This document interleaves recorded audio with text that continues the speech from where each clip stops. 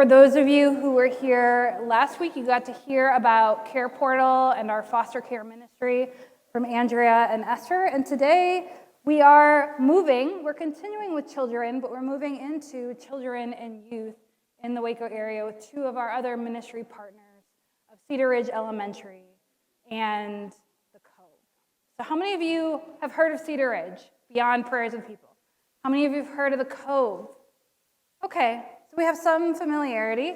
We also have those online who may be new, but I am looking forward to this conversation, and you will recognize both of these people as parishioners of St. Albans. So we also get to continue a conversation with our own people. So, welcome. If you missed any past mission moments, either Erin's overview of our theology of mission here at the church or last week's conversation, you can find them all on our YouTube and Facebook pages. So that's just a note if ever you were looking for that material. So I am going to pass it over for introductions and let them introduce themselves, but I will do little bits. This is Erin Lange. She is the principal of Cedar Ridge Elementary. Can you tell us more about yourself, Erin?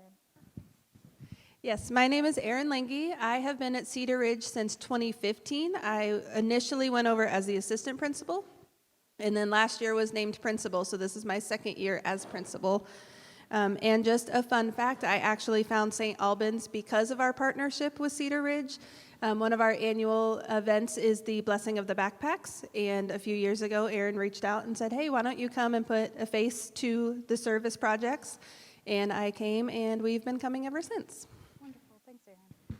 And yes, welcome. We can welcome Erin. I don't know who that was, but I love it. Alan Jones, of course it was. Rejoicer of all people. And then we have Tim Packer, who is the executive director of the Cove just down the road. Yes. Ooh, that's loud. Hello and good morning, everybody. I'm Tim Packer, executive director at the Cove. I think I'll explain a little bit more of what we do in a moment, but we're a support service for high school age students experiencing homelessness here in McLennan County, but also just around the kind of heart of Texas region. And how long have you been at the Cove? Okay, I've been at the Cove since September 2021.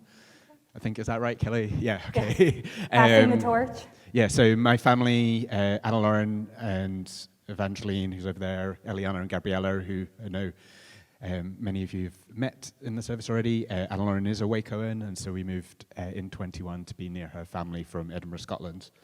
And my first Sunday here at St. Albans was near the beginning of December, and completely unknown to me, sat down and we hit the prayers of the people, and the Cove was there, and I think Evangeline elbowed me in the side saying, it's the Cove, it's the Cove. So I knew I was kind of coming to a good place. Wonderful. So both of you, your introductions to St. Albans involved us praying for your ministries, which is very cool. All right, so we are going to begin by talking with Erin. We're going in order of age of children worked with, not of value. I don't actually want to guess at who's older. I would never do such a thing. But you work with the younger of these two populations, and I wondered if you might share with us what it means that we are your ministry partner. What are the needs of your school, the demographics? And I believe you have some pictures. I don't know if you want to click. Yeah, they're in here. Yes, so we serve at Cedar Ridge about 450 students this year. It varies every year. We've served up to about 550 students. Our demographics have kind of changed as our neighborhood has changed. We are a neighborhood school, so we serve all the students within our attendance area ranges about 5 miles or so in a giant kind of circle moving over into China Spring, Bosqueville area, but the north side of Waco. If you're ever on 19th Street and you have to slow down and you don't know why, it's for Cedar Ridge. We're tucked back into that neighborhood right across from HEB. We are about 95% economically disadvantaged, which means about 95% of our students receive free and reduced lunch due to income at home. So we do serve a very diverse population, and we have really great kids and great families. So just as I was thinking about different needs, I kind of broke them out into like financial needs, personal needs, and prayer needs. So financial support-wise, we have our annual school supply drive. And I took this picture. This is just a few of the backpacks donated. St. Albans ended up donating, I think, about 115 clear backpacks this year. That was tremendous for us. We made the switch to clear backpacks this year, and it was hard to find them in Waco.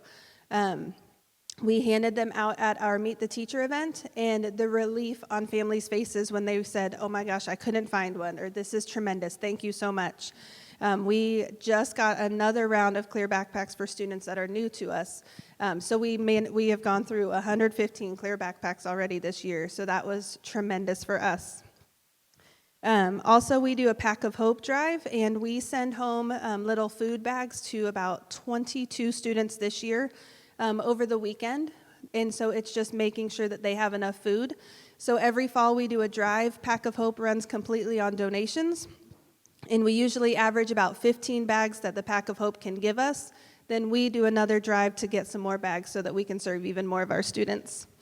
And then just snacks and meals for staff. Teaching's really hard. It's a very hard job. And so just like little snacks, every time we have an event here, if there's leftovers, it generally comes to Cedar Ridge. Y'all, everyone's so excited for free food, everybody. So just those kinds of things. Personal support-wise, serving at Thanksgiving lunch, this is an annual event. We have had people there every year I've been at Cedar Ridge. We split up our Thanksgiving lunch into 2 days. It makes 2 very long days, but St. Albans support here means that our other staff members are out and about sitting with kids whose family don't come or are at work.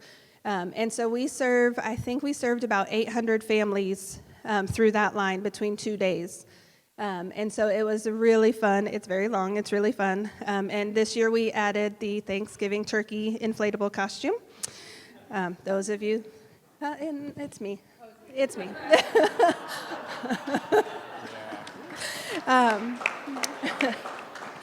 I have a growing collection of inflatable costumes, just to make life more interesting. Also, mentoring and tutoring. We are beginning tutoring. STARS test is coming. While it is one data point for us, it is the data point that is the most public, which is rather unfortunate, but we do everything we can to push kids for it and to do the best that we can. So we would welcome any mentoring or tutoring for that. And also we have Career Day. This is our lineup for Career Day 2023, and you will notice several faces on that screen. We had Dan Watkins come, Ellen Moat, Alan Jones, and Andrew Armand all came from church to come and speak to our kids about their careers. So I went ahead and put the date May 8th. That is our Career Day this year. If you would like to come speak, it's a lot of fun. Just introducing kids to different careers and whatnot in the community. Wonderful, thank you. It's interesting that so much of what you said was about things being fun and hard or fun and long, and I feel like that might capture your ministry pretty well over Yes, at Cedar Ridge. How, beyond serving, how can we pray for your children and your staff? I think one prayer just for the students, for stability and positive environments. We have a lot of students that are experiencing trauma, experiencing CPS removals. I actually work with Care Portal and Andrea a lot with the CPS process. Having to move in with another adult, extra family members coming in with them. So just stability and positive home environments. It can be really hard for students to go from turmoil at home to focusing in class. And so we do a lot of SEL and try and give a lot of support, but I think just prayers for the families. And then prayers for staff. Like I said, teaching is hard. They've done some research, I don't know how, if someone had a little clicker, but teachers make on average 2,000 decisions a day in their job. That's a lot. It's very fatiguing, and that's just little things, who to call on, what to do, how to teach this, what parent do I call, what do I do? And so just strength and patience for our teaching staff. We have some of the best staff around, so just prayers for them in that way also. Thanks, Erin. we'll have more broad conversations for both of you, but let's hand it over to Tim. And could you tell us more about the Cove and the specific needs of the people that come there that you address? Yeah, so as I said before, the Cove serves high school age students, approximately 14 to 18. We occasionally have a 19-year-old if they've been held back a year and enrolled in school. The need around homelessness and experiencing housing instability is quite hard to quantify, just the long-term impact that experiencing homelessness can have on somebody's life. And one of the key challenges we face is a bit of an understanding issue between adult homelessness and youth homelessness. And so a lot of our youth are in this really important juncture in their life. They're beginning to want to have more independence. They're beginning to want to have more responsibility and make their own decisions, but also physiologically and psychologically, is that word? Psychologically, going through these really significant changes. So for anybody who's looked into teenage brain development and the transition. It's a crazy world in there. It is a crazy world, yeah. And so, as Erin kind of mentioned, a lot of Waco ISD is extremely poor. I think across the whole district, it averages about 90% of students are deemed to be economically disadvantaged. And I was just looking at some data this morning on students at risk, and it's close to 80% of students are deemed to be at risk. And so that could be safety issues, it ties into the poverty issues, unstable housing, health concerns, and things like that. So a lot of the students that we see are coming from highly unstable situations. A lot of them are behind on their education, whether that's in attendance or just finishing and completing courses. We regularly see students that are struggling with reading or having to catch up with some of those core skills that you might expect kind of middle to late teen to have. We see a really broad range of backgrounds. Sometimes our youth come because there's been an economic change in the family. A parent has lost a job, and that's led to a loss of housing, and they've ended up doubled up, so staying with somebody else, through to youth that have kind of quite deep and severe trauma and experiences of abuse. Over the last couple of years, we've served a number of youth that have experience of trafficking and pretty substantial substance use. Vaping and cannabis is... How political am I allowed to be? As much as you want to be. Okay. The consequences of the extent of cannabis use in schools, we will pay a price for that for years to come. We see that in our youth, amongst other things. Sorry, that's quite dark. No, it's okay. I mean, we're talking real. Can you say what it is about that use, the repercussions you see? You know, because sometimes it can seem harmless. Yep. So where do you identify the harm? Well, concentration and ability to process questions and tough situations. One of the things that youth homelessness does is it accelerates young people into adult-type decision-making when they are biologically not ready to make those decisions. And when you then mix in cannabis or other substances into that situation, the impact on working memory and kind of higher decision-making and just will to desire to participate. Why work hard at school when you can check out? But saying all of that,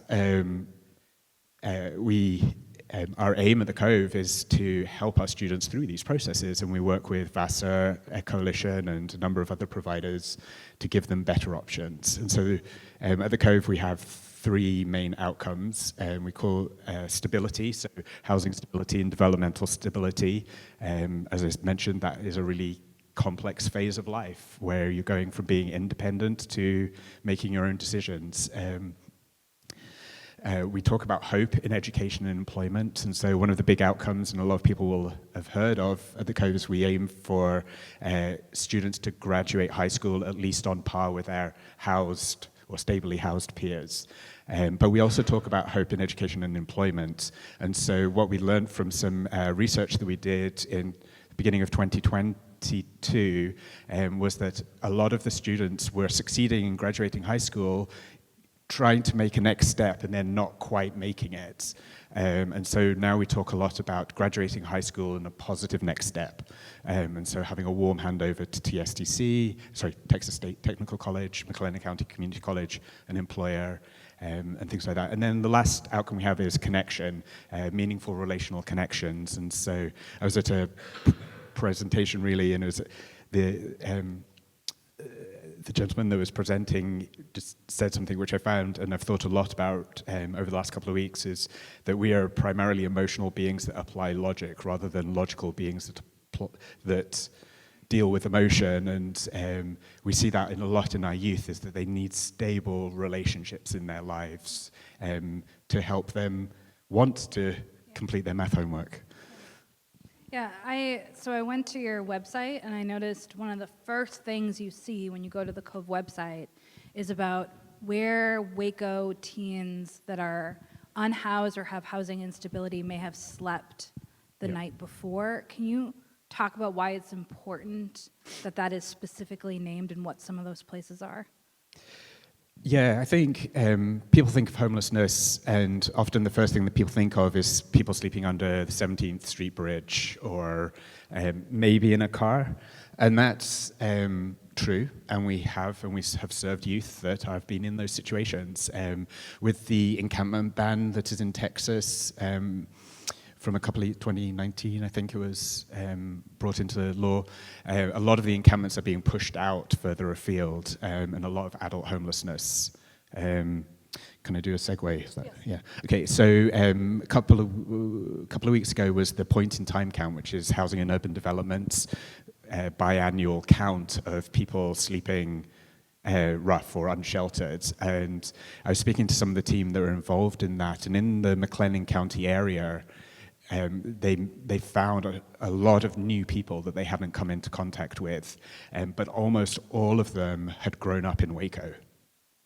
And that's a trend that's continued over several years, is that this idea of somebody experiencing homelessness drifting through just doesn't seem to apply here in Waco. If you went up to Dallas or San Antonio, some of the bigger cities, that's the case. But youth homelessness looks really different, and that idea of stability or instability is really important, because what our young people experience frequently is a high level of movement between different parents or different family members, friends, a car, another friend's house, and it's really driven by how much they can, or how much strain they feel that they can put on the people that they're relying on. So if they can stay just one extra night without burning that bridge, then they're going to try and do that.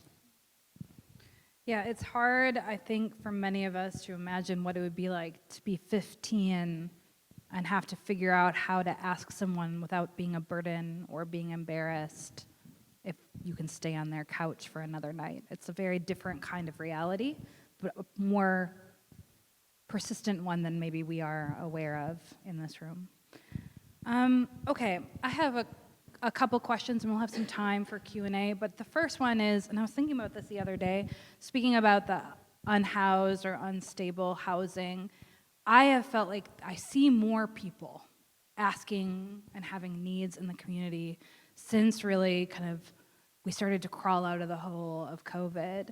And COVID seems both very long ago, but also it wasn't. And in both schools and nonprofit and parachurch ministries, I am sure there are some profound ramifications around a number of elements. And I wondered if you could both speak to what you're seeing, kind of the wave that has come after COVID. Yes, we've seen that a lot in elementary, and it's hard to believe, kind of like Tim was saying, 15-year-olds I just got our updated homeless list. We get a list every month of who's homeless in the elementary school, and we've got at least 16 or 17, I think, on that list just for us. But it can be many things. Parents were incarcerated. We have a high mobility rate from campus to campus also, mainly for those reasons. I lost a family of 3 last week to another campus solely because their second parent became incarcerated and they moved in with aunt and uncle. And so we do see that. And we have seen, obviously, a big learning gap, but also a big independence gap. That's probably one of the biggest struggles we've had, that when students were home with their families for COVID, they didn't have to learn independently. They didn't have to try and solve problems on their own. They could Google the answer if they were on the computer, or they had someone next to them. And so that's one of the things when staffing and working out schedules for the school we've really tried to do differently, is having more adults in the room, having different types of support within the classroom, because students are just not as independent as we've seen before. Development issue, not just a circumstantial one, right? That they have not developed in the way that often they do around those pertinent ages, because the situation was so abnormal for such a big chunk of time. Right. We saw a lot of parents almost potting, but not quite, but like grandma took 10 kids in so that a couple parents could go to work. And so we saw a lot of those family members doing that during COVID. What about you, Tim? Yeah, so I started at the Cove in September 21, so it was this kind of weird stage where COVID was still very much in people's minds. There's still policy of masking in schools, the Cove, and generally around the place. I think St Albans was still masking at that point as well, so on and off, yeah. And when I joined, in our after-school program, we were actually not seeing that many youth, and so initially I joined as Chief Operating Officer, so thinking about what do we do, how do we do it, how do we get the most out of what we have in order to do the work that we do, and was with Kelly Atkinson, the previous Executive Director, who snuck out because she's going to the 101 class, you just started asking the question, like, where are the young people? And speaking with school staff, and others around the community, and a lot of the students just went missing during COVID. Enrollment numbers were, do you know what the enrollment went down by? It was like 20% or something. So, this year, Waco ISD has 14,000, just over 14,000 students, and so, that's a lot of kids going missing.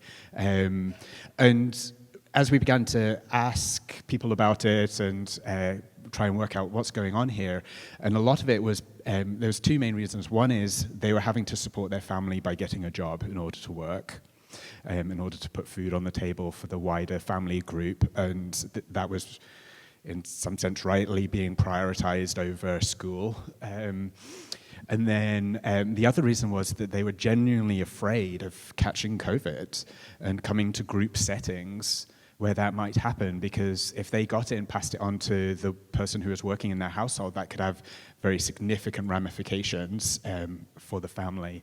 And so we started, well, what do we do about this? Because they are still experiencing homelessness, and they still have basic needs that aren't being met.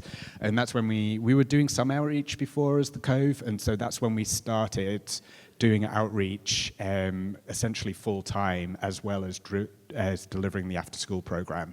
And so in the first quarter of 2022, I set the team the challenge of being out on campus every day of the week, meeting with students, and the numbers went up dramatically that year. But in terms of longer-term consequences, I firmly believe that we are seeing increased mental health problems, increased behavioral health problems as a consequence of the isolation and the fear that was created. Big global pandemic. It's like uncharted territory for pretty much everybody here. But there are ongoing consequences to it. But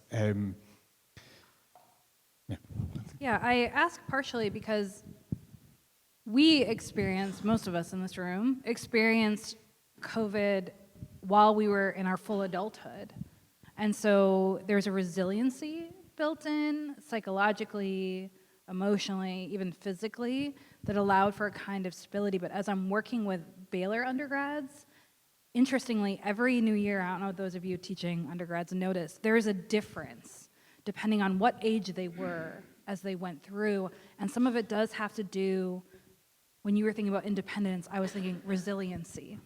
There's a resiliency problem that is not about a character issue, but a real development of a traumatic experience that I think sometimes we downplay, that has hit kind of your areas of work, I would think in some pretty significant ways that will continue to ripple out. And so that's another place where you need to be adaptive to those needs. Tim, I want to ask you one other question, because you once gave me a tour of the Cove, and it helped me understand how this ministry works on the ground. So let's say I am 15-year-old Rachel, just got in a huge fight with my mom over something irreconcilable, leave the house, I'm couch surfing, and I hear about the Cove and I decide to check it out. What does that experience look like for me? Yeah, certainly. It kind of depends who you tell first. So a lot of our referrals come through the school district. Waco ISD has what's called the Highly Mobile Students Team. There's actually federal legislation around homelessness for school-aged children. Every school district, by law, is meant to have what's called a homeless liaison, somebody who's responsible for identifying and accessing support for young people experiencing homelessness, and that comes with a whole range of protections. So if you're a typical Cove attendee, then we would probably get a referral through the school district. The first contact we'd probably have with the youth would be on the school campus. And so with Waco ISD, La Vega, and Midway, we have partnership agreements. And so my staff can go out on campus, pull a student out of class and visit with them and just get to know them. And so the first thing would be is just to get to know you a little bit, ask you what's going on, hear a little bit, try and get some contact details from you, talk about the types of things that we can offer. We have a youth-facing flyer just with like laundry facilities, shower, food, tutor support. We also do attendance recovery. So if you're in Midway ISD and you participate in after-school programming, for every hour you spend with us, you can get 3 hours of attendance credit back. And that's a really big draw for our youth. And so first point of contact would be outreach, usually. And it sometimes takes 3, 4, 5 kind of connections that way before somebody might try out the after-school program. When they come to the after-school program, a Monday and a Wednesday and a Tuesday, Thursday are always structured the same way. We always start out with chill-out time because school days are hard and school buses are hard. We have bus arrangements with the school districts so they can be dropped off at the Cove's facility, and then we'll take them back to wherever they're staying at the end of the evening. So a student would get to the Cove to around 5, well, anywhere between 4:30 and 6, depending what's happening with the bus barn. It changes every day, it does. And last week we had the bus route from one of the schools, the driver was out, and so they decided to use one of the special education buses in order to do that route. And we got calls from our students who were meant to come, like, I don't want to go on the short bus, and can you come and pick us up? And some of them went on the bus, and we picked some of them up in the end. But yeah, in Evening in the Cove, it's going to be focused around getting to know you, getting to know where are the areas we can help, about sure you've got, okay, I think that's working. Is that working? Thumbs up. Making sure you've got the basic needs. So we have a hygiene closet. We've got some essential clothing on site. We've got hair care items. We've got pantry food that youth can take away from them if they need that. And we have lots of snacks. We burn through snacks like crazy. And actually, at the top of every section of our youth safety policy, one of the first responses is offer them. Okay. It's going in and out a little bit. You can also just take. Okay, Is this one working? Yeah, wow. I sound very loud. It's good. But we're also wanting to cater to young people's wider needs. And so we've just restarted our partnership with Starry Counseling. And we have Baylor students that come and do a HIIT workout to get some physical kind of movement going. And we have an art room, and we've run a number of art therapy classes.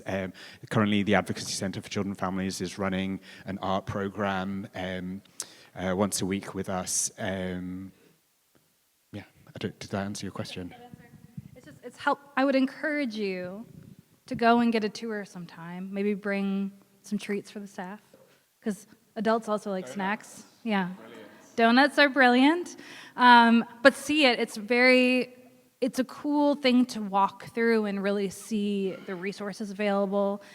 I used to work with youth, and it feels like an honoring space for them. Like there's honor all kind of around, which I think is important.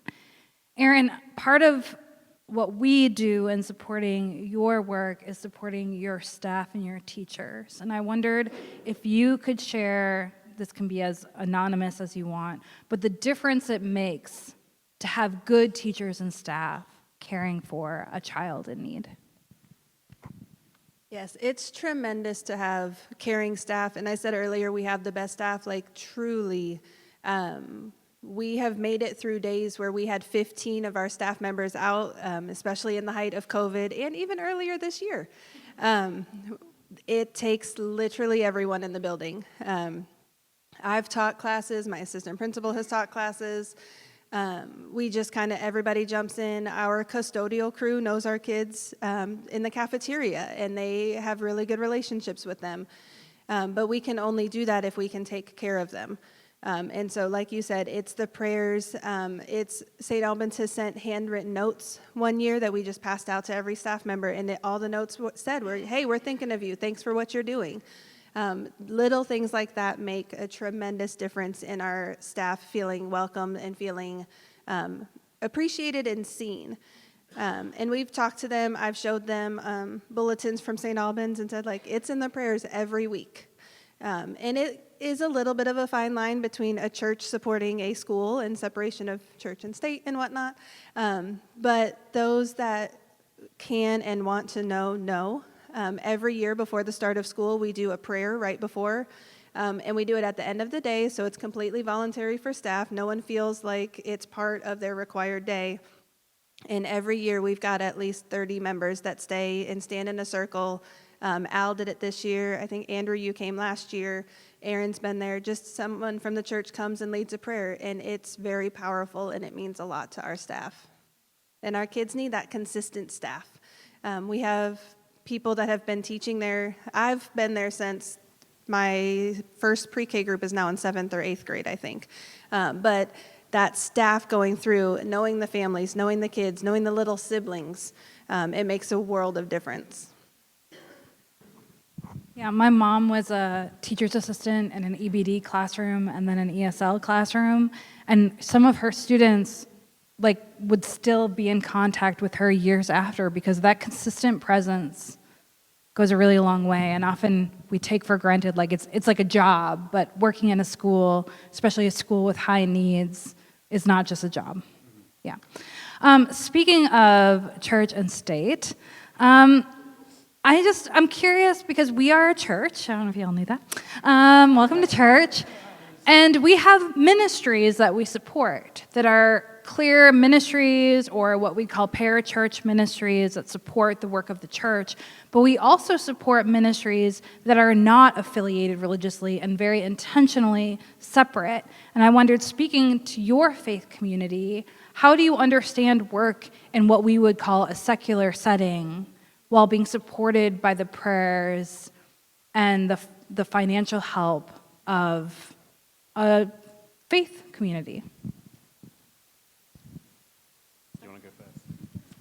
We were joking about this, whether we were going to have this conversation before Sunday school. My starting position is what works. What takes account of the best data that we have about what works in serving the population that we're wanting to serve. And that can be done by a faith-based organization or a non-faith-based organization. And Um, and so I try and always sit in this kind of position of like, are we doing the right thing with the right group of people, and are we honoring God? Are we honoring the Lord by using the skills that He's given us to the best of our abilities, regardless of whether it's a secular or non-secular environment? I have worked in a faith-based organization and in a non-faith-based organization and for the state. Small state, the city of Edinburgh, so like local government. Municipality, yeah. And, one of the biggest challenges is to know, is to be clear about the expectations that each different type of group has around it, and each group being willing to put aside some of their particularity in order to achieve the most good for the people that are being served. And so, at the Cove, we're a non-faith-based organization, but we are incredibly supported by the faith community here in Waco. St. Albans being a really big part of that, both spiritually for myself and the rootedness that I have in the faith. I've had an incredibly difficult week, but I've been attending morning prayer, and that's just been a real space of solace and calm, and just reminding me that I need to take one day at a time. The prayers, like as I mentioned earlier, just incredible. Prayer is a powerful, powerful weapon and tool in tackling some of these awful social ills. But then also just the number of churches that I get to speak at, or I get to write thank you cards to, is just amazing. And so I think that, I think for a faith organization or faith-based organization, church in particular, I think there's a really important call to value secular and non-faith-based work and be explicit in that. And I think St. Albans does that really well. I am looking forward to continuing being part of that. I think it does. And I think as far as the school setting, I frequently tell our kiddos, what's my job? To make you a better human. Schools are a people job. We are not punching in a clock. We are not in an office. We see people literally every second of every day. And so it is to provide that consistency, to provide that support, that emotional support when we have hard days and when we have hard weeks. It's just knowing people have our backs and knowing people are there. And every time we have volunteers come, I always point out, oh yeah, they just came to help. They're from a church and they came to help you. And the kids are always just amazed that other people care and that other people are here for them and supporting them. And that just makes the world of difference to the kids too, just to know, regardless of what church it is, someone from a church came to see them and came to help them out. We have Baylor Masters of Social Work interns that come and work with us and do their either clinical or community practice placements with us. And as a task supervisor for them, it's interesting to see their questions and their wrestlings about how social work and social practice engages with their faith. And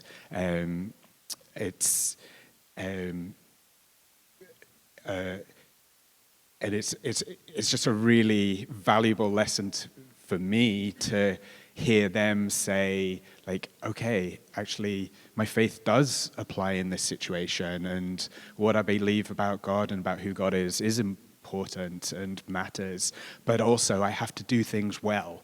I can't allow just because I'm a Christian, to be a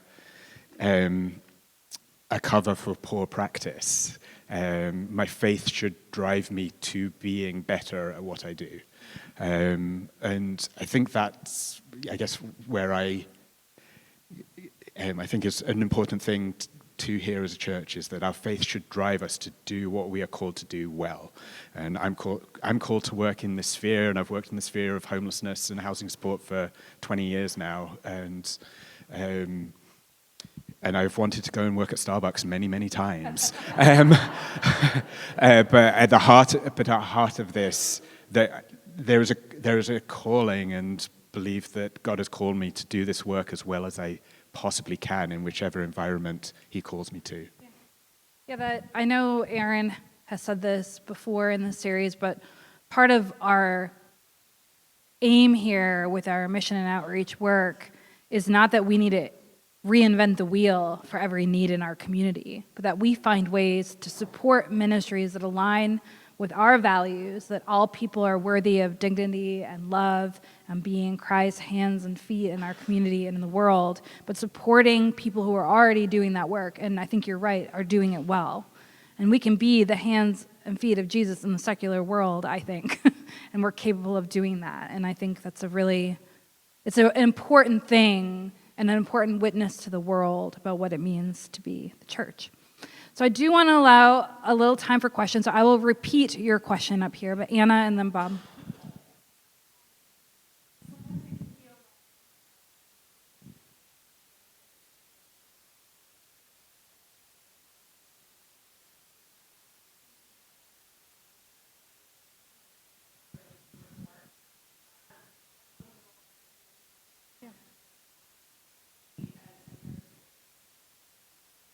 Great. Just to repeat the question, vocational calls are great, but they also can be exhausting. And so how do you all care for yourselves and your staff, and how can we help care for you in this work? Erin's volunteered to go first. Oh, thank you. Volunteered. I think, honestly, I'm not a great one to ask about the caring for self. But I think for me and the staff this year, it's been my word of 2024 is intentional. We spent a lot of time when we came back in January on identifying a word that helps us. We are humans first, staff second. And so for me, it's like turning the emails off, doing all that kind of stuff at night, playing with the girls, all that kind of stuff. For staff, we've actually created a room for them with a treadmill, coloring books, that kind of stuff that they can just go and be for a minute and get that quiet space. And also just the knowing of we can cover each other during the day. We had one that was very extreme behavior earlier, and one teacher stepped in so that teacher could step out for a little bit and just have a minute. And just giving her that space to say, like, that's okay. You can have a minute and you're fine. It doesn't make you a bad teacher. It makes you a human. Step out, come back, and then we're ready to go. I think just that support and that prayer, if you have any like random things that would be in a relaxing room, we would take that too. I'm also a bad person to answer this question. But I guess personally I like running, so I run a bunch, or try to when I haven't got a chest infection or a foot surgery or something like that. And I was pretty bad at it last year. Just work consumed a large part of my life. And not just when I was physically present at work, but mentally. And just trying to make the best decisions about staffing or about, should we call CPS in this case? Should we not call CPS in this case? And whatever it is. But I mean, for the team, there are some things that I guess as an employer that I've been able to do and just think about, do they physically have the things that they need in order to do their job well? I don't want laptops or phones to be a barrier or cause an additional frustration in the day. When I joined, the Cove was growing, but staff, there was a kind of use your own phone through an app way of kind of handling things, and so we still have the app, but it's now on dedicated work-managed phones, and so my team can actually completely disconnect from work when they're out of work. I try to make sure that they understand that if they have family needs or they need to care for something in their personal life, that we will prioritize trying to make that happen. A number of parents and or people with aging parents and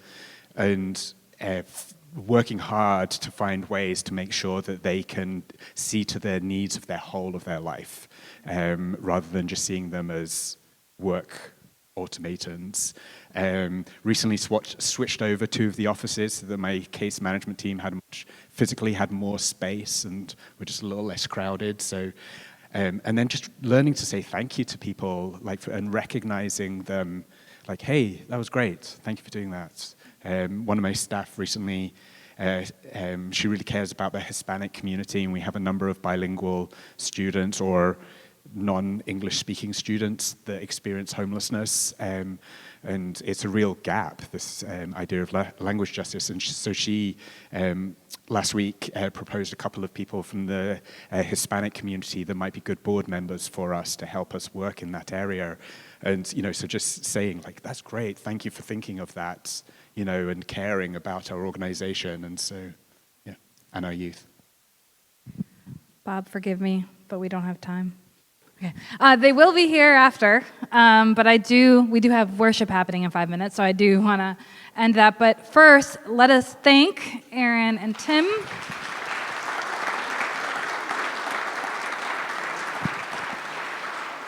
Next week, we will wrap up this Mission Moments series with Mission Waco and Caritas, and so I want to invite you back for that, and I will close us out with a quick prayer. Lord, thank you for trusting in us to be your hands and feet. We pray especially this morning for the work of Tim and Erin. We thank you for their faithfulness, their perseverance, and their love for those who have been created in your image. Give them rest, give them vision, give them encouragement. Amen.